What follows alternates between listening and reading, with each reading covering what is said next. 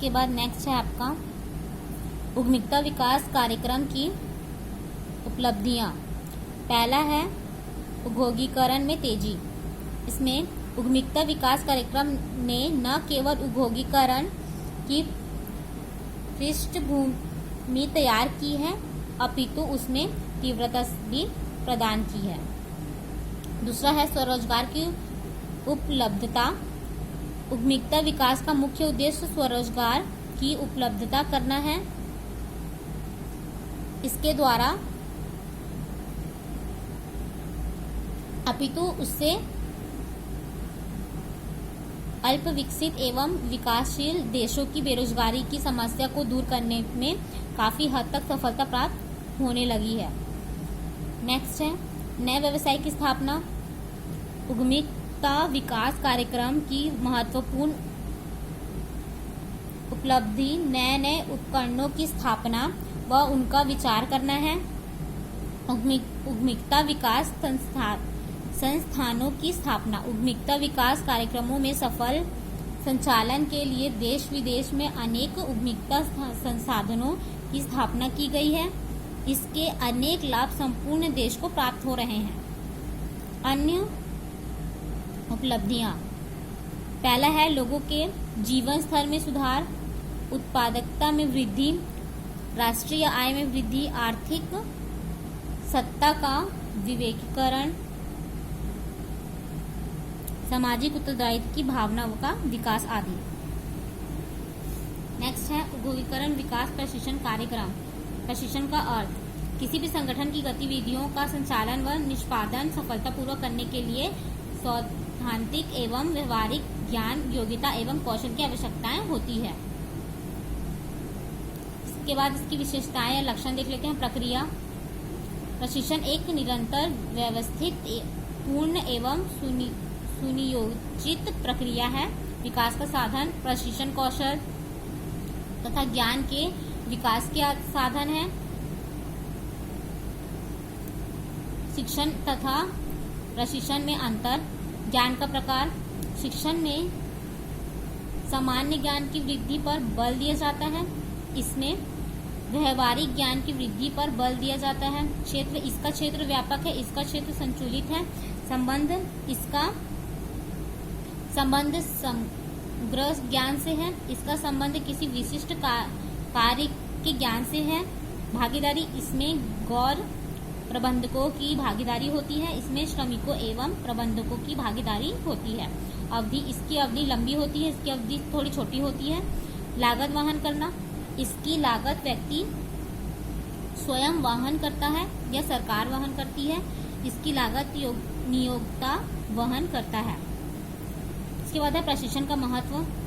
कर्मचारी का मनोबल में वृद्धि होती है, संगठन के प्रति आस्था एवं समर्पण की भावना जागृत होती है। उत्पादन लागत में कमी करने के लिए प्रशिक्षण अत्यंत उपयोगी होती है। कर्मचारियों का व्यक्तित्व विकास पर उन्हें गतिशील बनने तथा पदोन्नति के योग्य बनने के लिए भविष्य में पर्याप्त संख्या में प्रशिक्षित कर्मचारियों की उपलब्धि को संभव बताई। नेक्स्ट है उपभोक्ता विकास प्रशिक्षण कार्यक्रम की अवधारणा।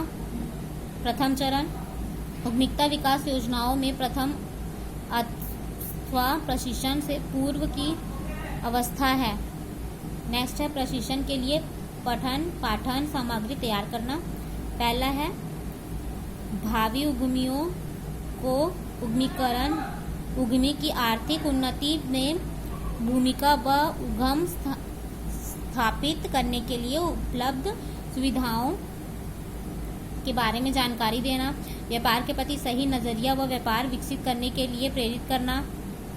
व्यापार चलाने के लिए जरूरी प्रबंधकीय व तकनीकी और जानकारी हेतु आवश्यक सामग्री जुटाना आदि। योग्य व्यक्तियों। किसी भी उद्यमिता विकास कार्यक्रम की सफलता योग्य व्यक्तियों पर निर्भर करती है। विज्ञापन। पहली अवस्था में अलग मुख्य कार्य उद्यमिता विकास कार्यक्रम के बारे में विज्ञापन देना है ताकि अधिक से अधिक प्रतिभागी भाग ले भावी उद्यमिता का चुनाव, इसमें